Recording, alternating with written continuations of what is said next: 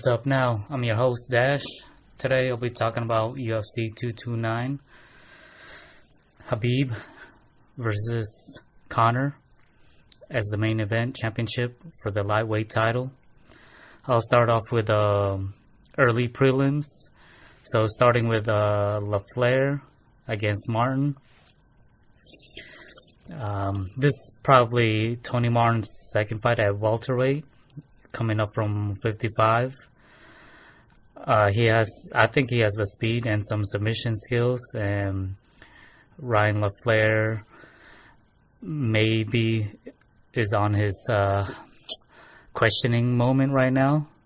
See if he's really motivated and determined to get on the winning streak again and go for the title belt. But for this one, I would pick Tony Martin. He has the speed, submission skills, and he's trying to fill into the 170 where he's probably more comfortable in fighting.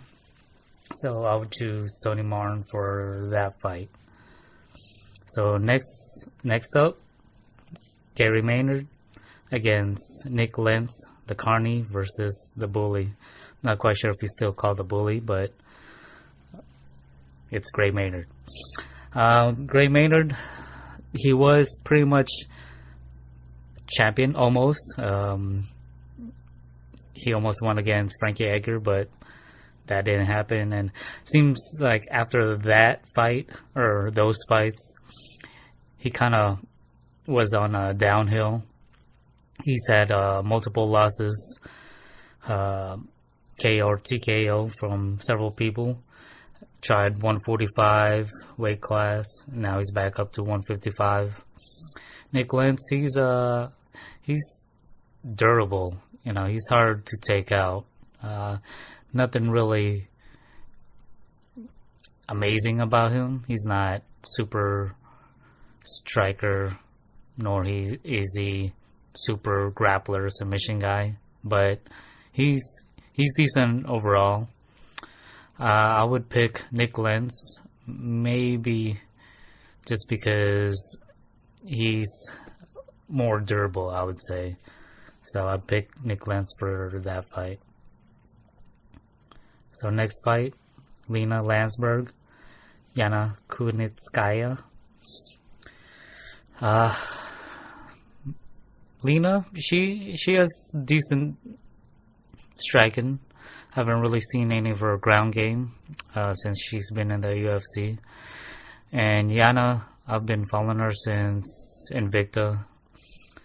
And her first fight in the UFC was against Cyborg, which she lost. But then again, first fight and it's against a beast like Cyborg.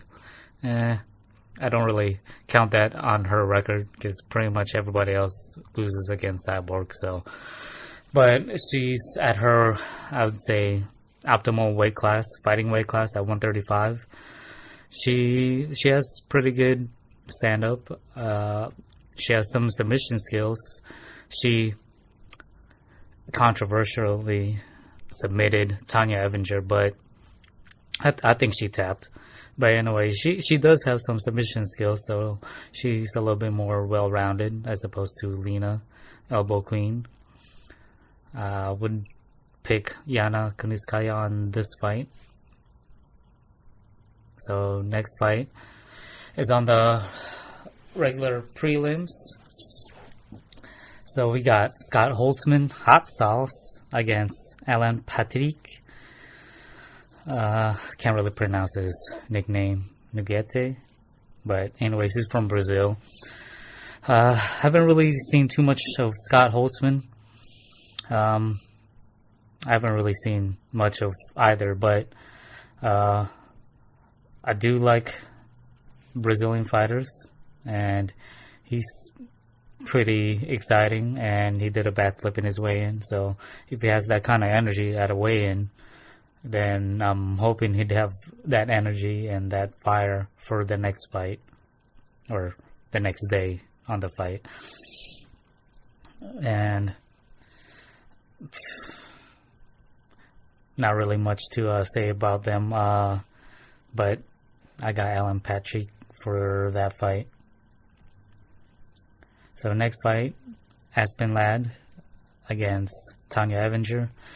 Tanya, she's been in the Invicta. She's champion, or she was champion. Controversial loss against Yana Kuniskaya. Then they had a rematch and she won via submission. So Tanya is just really tough. She's, it seems like a lot of people underestimate her, and she gets on top, beats people up. So she's tough. Also, again, Tanya went to the UFC, fought Cyborg, lost. Cyborg's just a beast. So whoever fights Cyborg, I don't really count down their record because it's almost a given. But they're both fighting at 135, their usual weight class. Against Aspen Ladd. Right now she's undefeated. I haven't really seen too much of her except for that one fight, but I'd say I'd go with Aspen Ladd on this one, even though Tanya Evinger is really tough to beat. You kind of have to be a Cyborg type, but who knows? Aspen Ladd might have worked on her game and maybe we'll find a way to beat her on fight night. Who knows? But my pick goes to Aspen Ladd. So next fight against Vicente Luque against Jalen Turner. I think Jalen Turner won in the Contender Series. He looked pretty good. He's tall, he's long, he's supposedly 6'3", long reach.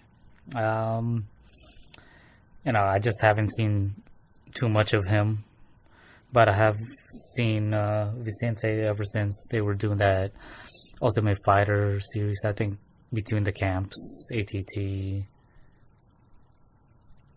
Black Zillions, I think, something like that. But anyway, I've been watching Vicente since then, and he's looked good. He's had maybe 1 or 2 losses, but besides that, he's either KO, TKO people, or submitted them. And to me, he's a little bit more well-rounded. I haven't really seen him do takedowns, but he can strike. He has good Muay Thai base, but he could submit people. So he just has to stay away from the range of Jalen. If he can get in, good. Vicente has power to knock people out. But with that said, I give my pick to Vicente only because I've seen a lot more from him, and to me, I think he should have been fighting a top 15 or even a top 10 guy by now. But I don't think he has that big of a fan base, so I don't think UFC is really looking at him like that. But hey, that's just me, So Vicente Luque for that fight. So on the top of the prelims card is Sergio Pettis, of course, brother of Anthony, against Jose Formiga. I do like both, Sergio has, of course, good striking skills. Formiga, submission skills. With that said, he does have pretty good stand-up as well. Formiga, to me, has been looking better as opposed to Sergio. Even though Sergio's been winning, maybe some close calls, some close losses, but for this one, I picked Formiga. I'd say he has enough striking skills to stand up with him, but he has submission skills to go along with it, so he could probably catch Sergio. I'm pretty sure the Pettis brothers work on submission games as well. Anthony Pettis has submitted several people already, but I haven't really seen that from Sergio himself, so who knows. But my pick goes to Jose Formiga on that fight. So now we go to the main card, pay-per-view. Starting off, Michelle Waterson, the Karate Hottie, against Felice, Little Bulldog. Um, to me, they're both kind of in similar stages in their career in the UFC. You know, they've had wins, they've had losses. I think Felice is coming up. I mean, she's 9. Michelle Waterson is 8. I think she's coming up, and I don't think she'll get a title shot anytime soon if she wins, or nor Michelle Waterson either. Whoever wins, probably 2 more fights, then a title shot. That weight class is still quite competitive, but I'm a little biased. I've been following Michelle Waterson for a while, and so I pick her. Hopefully she actually uses some of her karate skills, her stand-up skills. Yeah, I mean, that's her nickname, so she should use her skills in that arena. I mean, she can submit people as well. Felice Herrig, she's good overall. She's tough. I mean, it's hard to take her out either by KO or submission. She's just tough overall. But I'm just going by bias, you know, I'll admit. So I'll go with Michelle Waterson. Next fight, the big boys, the heavyweights. Derrick Lewis, the Black Beast, against Alexander Volkov Drago.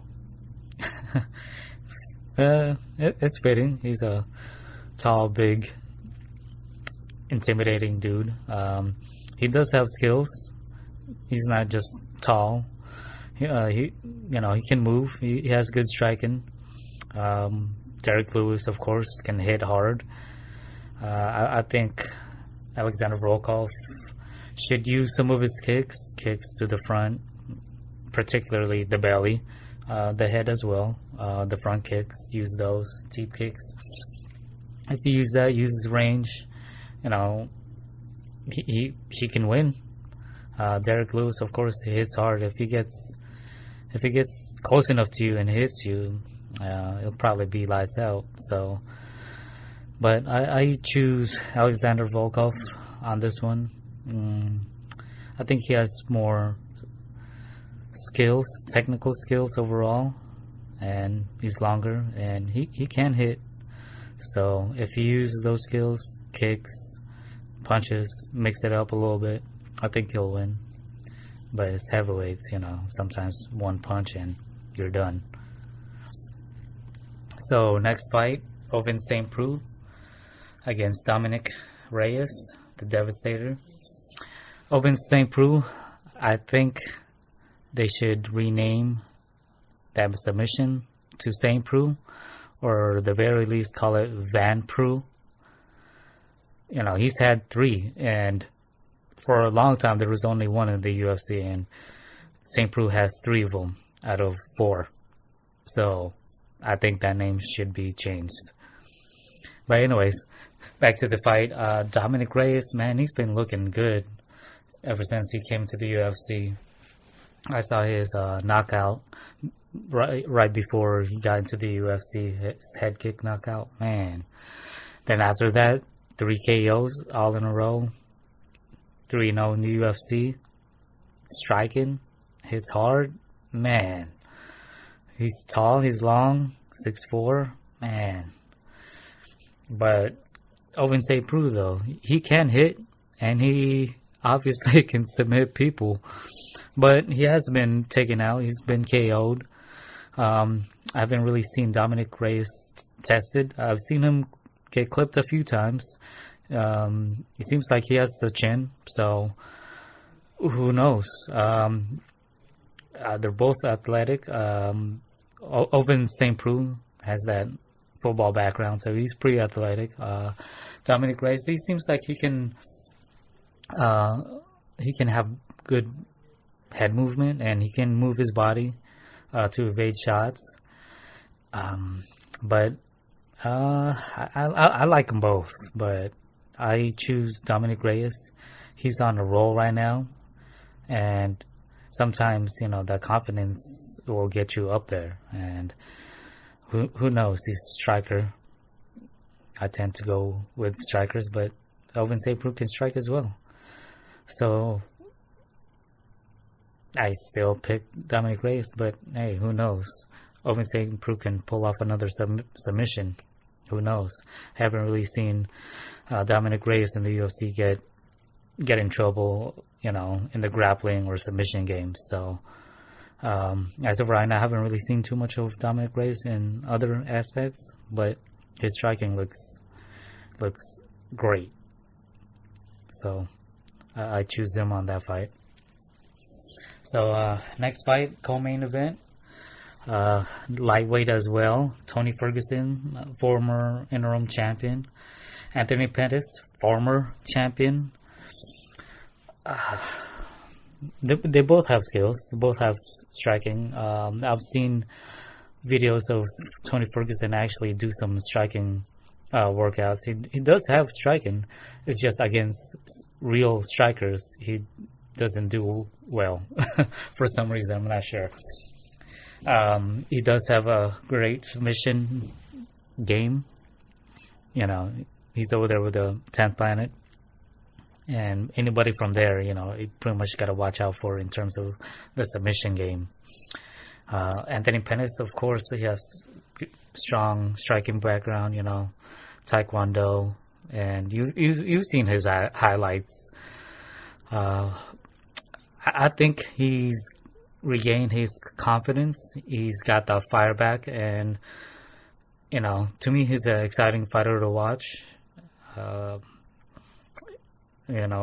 back then, a few years ago, when he was a champion, people were saying that, he might be the GOAT. He might be the pound for pound. And I was saying, yeah, he's looking good right now. It's just, he's still young in his career, so we'll see.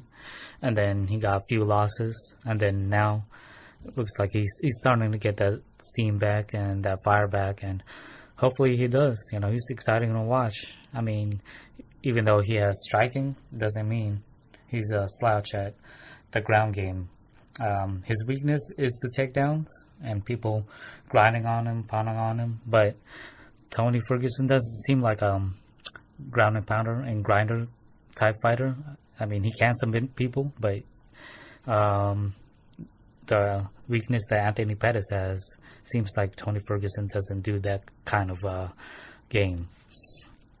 So Anthony Pettis does have submission skills as well. He submitted Gilbert Melendez. He submitted Benson Henderson, who actively competes in jiu-jitsu, and he submitted him. So, he has an underrated ground game, I would say, submission game.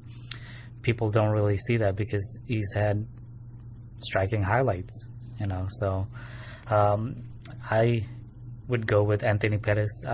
I hope he actually shows his striking, because against real strikers, Tony Ferguson seems to not do as well. And I've seen Tony Ferguson get clipped before, except people seem to go too hard, too early, or rush it, and then they end up losing. Lando Venata caught him. Several people have caught him, but they end up losing. So if Anthony Pettis, uses striking game and keeps it cool and look for the right shots and not rush things, he can win by striking and or submission. Who knows? But on this fight, I go for Anthony Pettis. So the main card, the main fight, Khabib Nurmagomedov, the Eagle, versus Conor McGregor, the Notorious. Whew, man, it's hard. I mean, I like both. It's just two different games, two different fighters. Khabib, of course, is a wrestler, ground and pounder. He slams people, takes people down, and he's had the record for most takedowns in one fight. And I think that was only a 3-round fight. So imagine if it was 5 rounds, like this would be. man, he seems like he just dominates people. You know, he takes them down, pretty much does what he wants, punch them, grind them. If they get up, he goes back down, slam, take down. And he seems like he breaks people's will, you know, once they get him on the ground. And Conor McGregor, you know, he's been down before. He's been submitted. Duffy has submitted him. Nate Diaz has submitted him. And if it goes to the ground, it will be Khabib's fight, you know. But Conor McGregor has that left that's so dangerous, you know. He has that power, and if Conor actually uses striking, you know, mix it up, kicks, uppercuts, ones, jabs, 1-2, hooks. If he just mixes it up, give Khabib some second thoughts on taking down all the time. Hey, Conor McGregor has those reflexes and he has speed, and you could see that he does have timing. Jose Aldo, that timing over the left, and he still got hit. Man, Conor McGregor has power, so Conor has to take this fight in 2 rounds.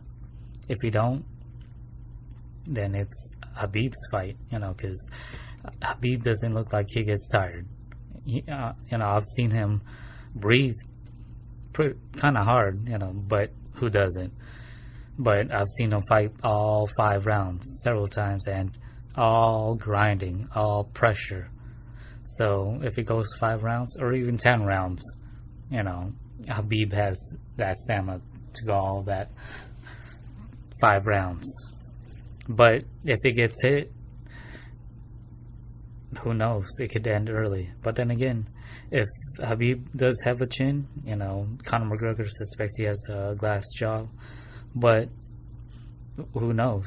You know, some people are better taking shots against certain people. Khabib, I'm not sure. I mean, he's